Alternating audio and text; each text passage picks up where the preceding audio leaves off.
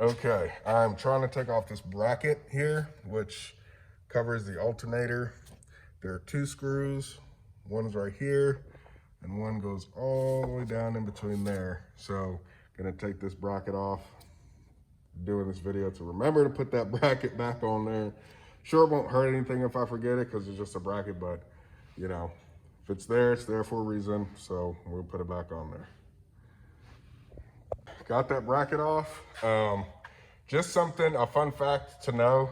If y'all are ever taking apart little things like that and there's a bunch of little nuts and bolts and bull crap that you got to take off to get to something, it's a good idea to have Ziploc bags that you can put the screws in and just label things so that you're able to keep track of everything, which is what I'm gonna do. I don't have any Ziplocs here, but I really didn't take apart all that much to justify running away or running off to get a bag or a few Ziploc bags to put these screws in because I don't remember everything. But I did get that bracket off. Here's the alternator. This is kind of a different setup that I've seen. It looks like this is connected to kind of the tension of the alternator, so I can loosen that belt. And you can see that there's cracking that's starting to occur on the belt. We definitely were planning on replacing this belt anyway. So while we do that, we're gonna replace this belt.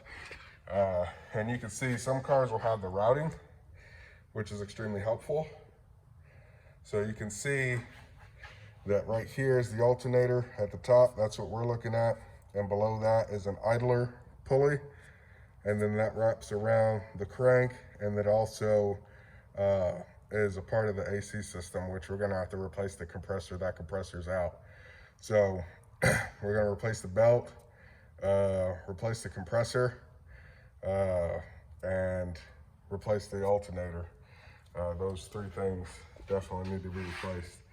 I don't know a whole lot about AC systems, so I'm gonna do some research, figure out what I need to get this thing up and going right.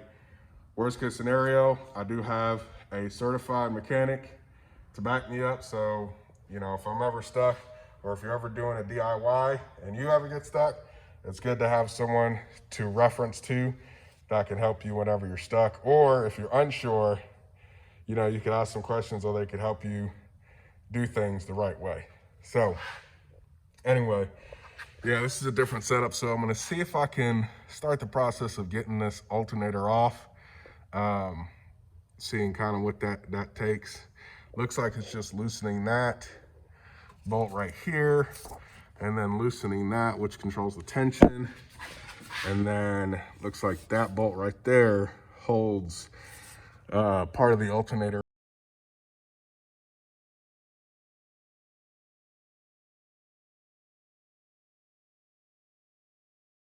other side, if there is, and that's kind of bad luck for me because that's going to be hard to get to with this manifold and stuff in the way. I do see that this alternator is kind of sitting on that bracket there.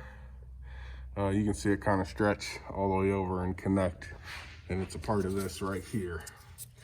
So hopefully those are the only bolts that I need. But something tells me that may not be the case, but maybe I'm wrong. Either way it goes, this puppy's got to come out. So I'm gonna get to working on this and see kind of how far I can get. So I got the belt off, alternator loose. Got to remember that little nut right there is connected to this deal. And it goes on to that. What else? Yeah, so if you're changing the alternator on a 2000 Dodge Stratus, there's that bolt down there that I referred to first. You can kind of see the black right there, right there. There's that bolt, and then there's this like tensioning system. So that's what it looks like whenever it's on there. This is kind of the setup of it. So you're gonna have to loosen both sides. So you're gonna have to loosen this side That'll loosen that side, but loosen this side first, and it'll loosen this side. You unscrew it and take it out of the slot there. As you can see, it just slides to the right, and then that'll break the alternator loose. I didn't have to take off any hoses or anything extra so far, except for that one bracket, which wasn't a big deal.